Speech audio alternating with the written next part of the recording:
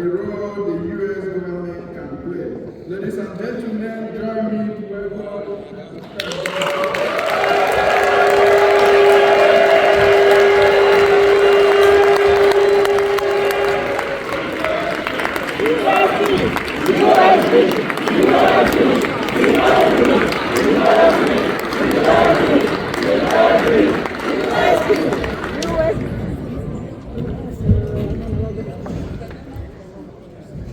Well, thank you very much. This is a much more enthusiastic audience than I normally find in Washington, D.C. And I appreciate very much the opportunity to come. As you can imagine, for me, it's very unusual to be speaking about Nigeria and Finland. Only very recently did I have a chance to meet and to speak with your ministers and discuss your cause. And I'm very glad that Michael Rubin spoke to all of you. I have great respect for him, and he writes about liberty and freedom around the world regularly in Washington. I have visited Nigeria and have been incredibly impressed at the people that I have met. As I traveled across Nigeria, I found people who were entrepreneurial, who worked extraordinarily hard, who were people of faith, people who cared for their families, and people with extraordinary potential. Yet I found that they suffered under a government that did not live up to its responsibilities to protect them and to protect those opportunities for them, and a government that in many cases seemed to be working against them instead of for them. Now, Nigeria, as anyone who looks at would recognize, is extraordinarily important, not only for Africa, but to the world. It has the largest population and economy in Africa. Africa itself is a continent of extraordinary potential.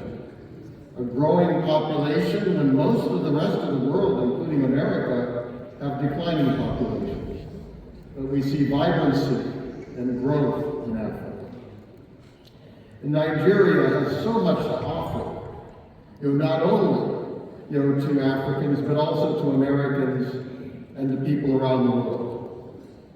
I have occasionally gotten into a taxi cab to go to the airport, and my driver, it turns out, came from Africa. We will discuss where he or she came from and what their home was like. What I am particularly concerned about, like Michael Rubin, is concerned about human rights, about religious liberty, about economic opportunity, all of which are fundamental for human people everywhere on earth. And despite problems in my country, and as all of you recognize, all the countries have some problems, and I accept as my own as well, the United States has done generally pretty good at trying to protect those opportunities and those liberties, which is why we've drawn people from Nigeria. But you shouldn't have to leave your country to have those opportunities.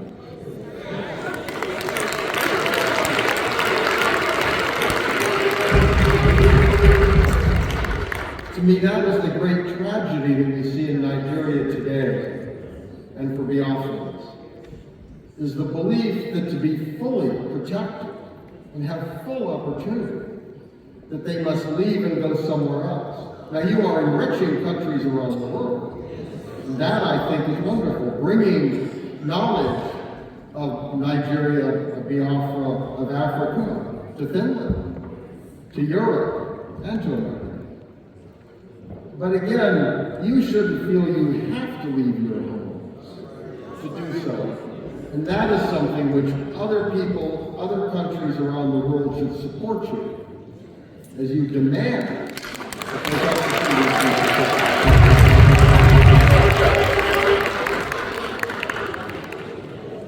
And we all know the problems that have occurred in Nigeria. I don't have to go through them, you have lived them. In terms of internal conflict and violence, of misrule and dictatorship, of corruption, political misbehavior, even of the current government. But the problems, unfortunately, there was great hope when the dictatorship ended. But if one looks at Africa and looks at Nigeria today, one sees it getting worse, not better. And that is wrong. And that is a threat to you all. It's a threat to your families back in Nigeria, and it's a threat to everyone who lives in Biafra. I think that it's important here, it's vital that these opportunities not be lost. An area that I care especially about is religious liberty, and I write about that an awful lot. And that's an area that I have great concern in what I see in Nigeria today. But again, there's a long history here, which I don't need to tell you because you have lived it. But it's recognized by some in America, and I think this is an important issue to address the new administration on. Because Donald Trump does care about religious liberty. It's an issue during his first term that he was concerned about. He received very strong support from many religious people in America.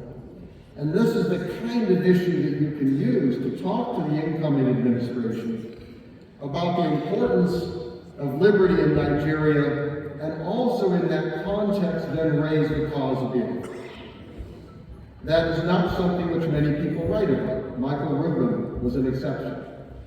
But this is an issue that you can use to educate Americans.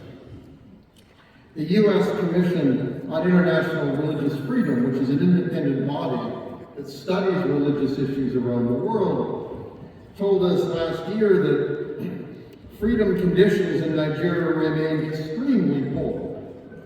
Violence across Nigeria impacted freedom of religion or belief as the government failed to prevent attacks against faith-based organizations and worshipers, with some accusing it of actually fomenting those attacks. So this is recognized. This is recognized in Washington. And of course, these kinds of attacks harm all Nigerians, everywhere in the country. But the attacks have been particularly focused on Christians. And that is something, again, that can be brought to the attention of the U.S. government. That this is a way to raise your cause. The challenge, I have to tell you, is today in Washington, every interest group and everyone is lined up hoping to get the attention of the new president who comes into office. So this will not be easy. So it's very important to find causes that this president and those around him care about. And I think that is going to be the biggest challenge for you all. It was obvious the Biden administration was not particularly concerned about these issues. Unfortunately, I wish it had been. I personally, in my institute, try to stay nonpartisan. We want to speak to anyone who we can in Washington about policy and engage anyone who's willing to talk to us. But looking at the record of the Biden administration, it was far too willing to deal with the established government and seem unconcerned about fundamental liberties like religious liberty, and was prepared to dismiss attacks on Christians throughout the country as being part of rural disputes and climate change and other things. But in fact, we can understand the deep roots of religion that those attacks reflected, and the fact that there were virulent terrorist groups active in Nigeria, where at times the government and government security forces have seemed as willing to attack the citizens of Nigeria as to protect them from those terrorist threats. So this, I think, is an important issue to bring forward. It's also important to address the Trump administration when it's trying to think about future friends in Africa. That Biafra would be a friend of America.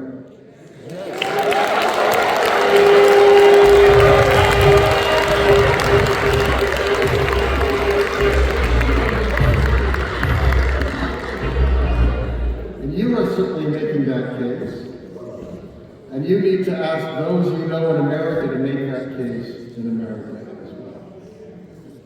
Because again, Donald Trump is, shall we say, a very unique person.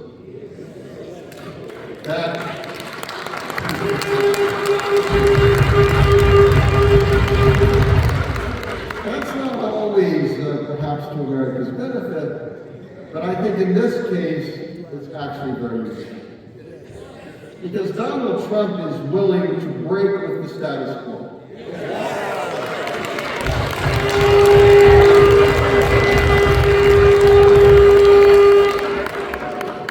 I do a lot of work on issues like North Korea, and I thought one of the brilliant steps that Donald Trump took was a willingness to meet with the leader of North Korea that no other U.S. president had ever done.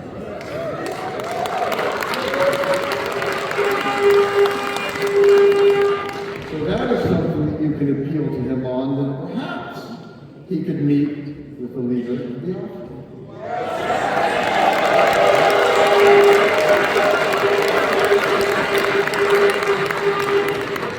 He recognizes the importance of reaching out to people who his predecessors refused to have anything to do with.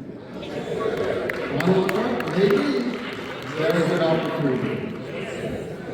And I also think those around him, many of those who are coming in, share that willingness to challenge the status quo. And that is what you suffer from. And I will admit, when I first heard about what you were doing, I immediately, I'm old enough, unfortunately, to remember the terrible war. I was young, but I still remember pictures on TV and pictures of starving children, the horrors that happened with that. And you all know that. I suspect almost all of you had people who suffered in that, friends and families died and suffered the horrors of that, which can never be repeated. But the status quo in Washington then is we don't talk about such things, right? We put them away in a closet somewhere, and we say that issue's finished, nothing to be done, please don't bother us, we have other things to do. And when you sit in Washington, I have to tell you, it's very tempting to it's kind of the ultimate imperial city, where American policymakers view themselves as kind of on top, and their job is to speak to the world and deliver their message. Now, I am not going to tell you what to do. I'm not going to tell Nigerians or Africans what to do. I do not live your experience. I do not go through your experience. I have not suffered what you have suffered. I have not had the frustrations that you have. So the last thing I would ever do is to try to tell you, as if I know better than you, what you should do.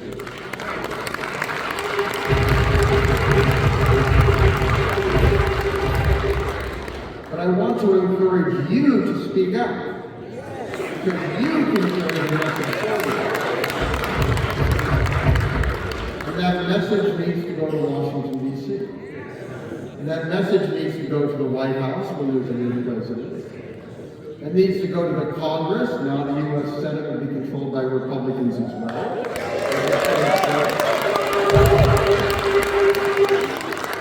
It needs to go to think tanks, which matter. People who spend a lot of time, they publish lots of stuff.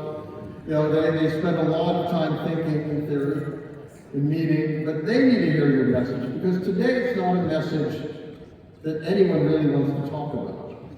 But I think if you can get attention of the president, get attention of other leaders, this is an opportunity.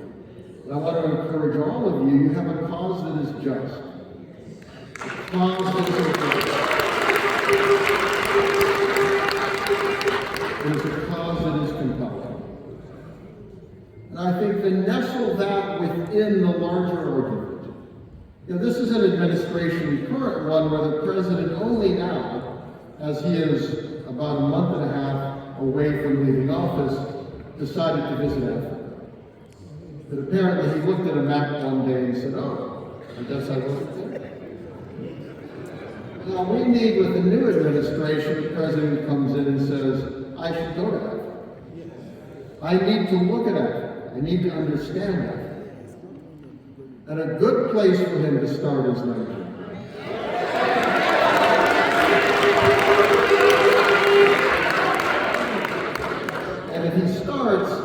should not start thinking of Abuja. We should start thinking about the people of Nigeria, wherever they live, and understanding how that government in Abuja and its security forces are not serving the people of Nigeria. Because the ultimate responsibility of any government is to protect your safety, is to protect your opportunities, to protect your freedom to worship and to live and to speak, and to protect a democratic future where you can choose your leaders freely and live in a free and democratic society. And that's not being done today by the government in Abuja. And Nigeria could lead Africa, but as I indicated, it looks like it's going in the wrong way. Well, a free Biafra could lead Nigeria.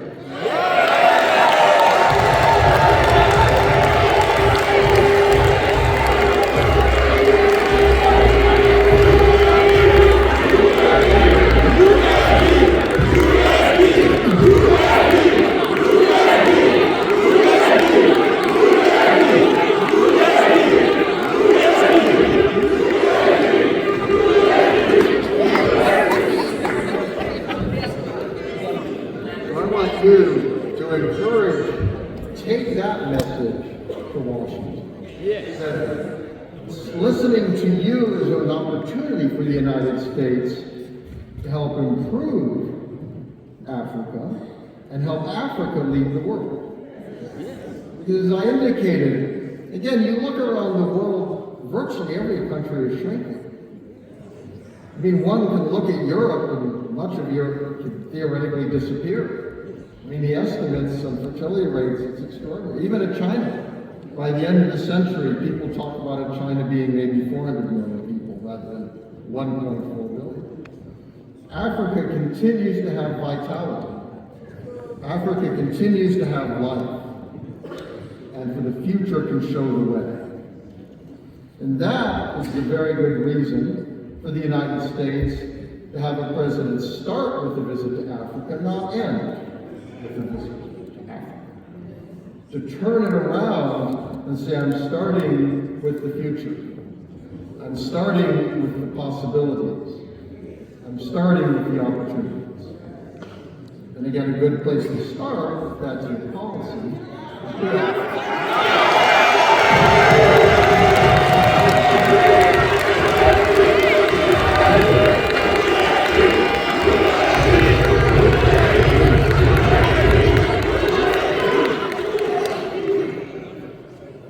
so let me, as I indicated, I'm not going to tell you what to do. But it looks to me like you know what to do.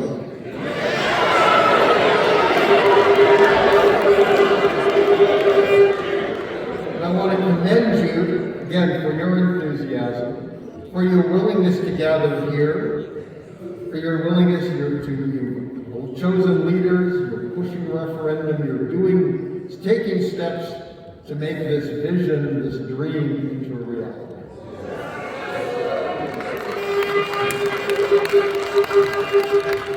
And I just want to encourage you on that journey. This is your journey, not mine.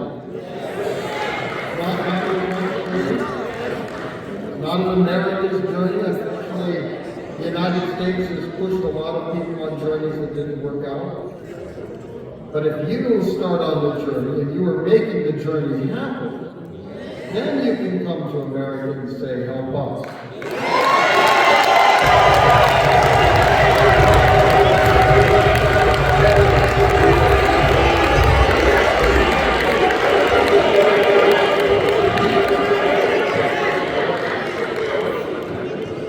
So I want to conclude with a vision of a democratic and prosperous African continent. A democratic and prosperous Nigeria. A democratic and prosperous Biafra.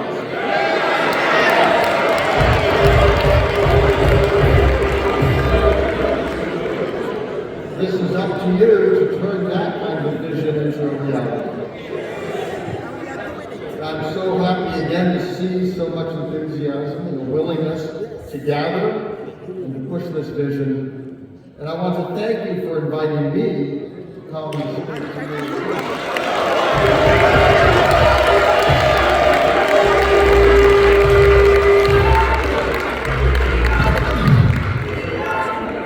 Because I have to tell you, as someone who's been involved in American politics for a very long time, and has grown a little tired and a little cynical about American politics, I find this energizing and for me to go back to America.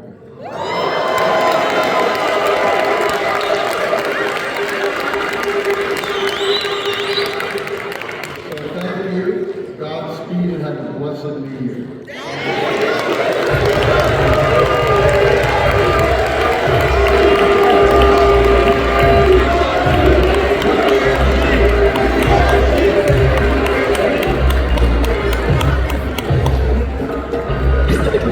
Yeah, that was a surprise. They said that we could not make it. We are not going to reach anywhere. They have the weapons, they have the power, they can do anything, and you can't use it, you can't even use their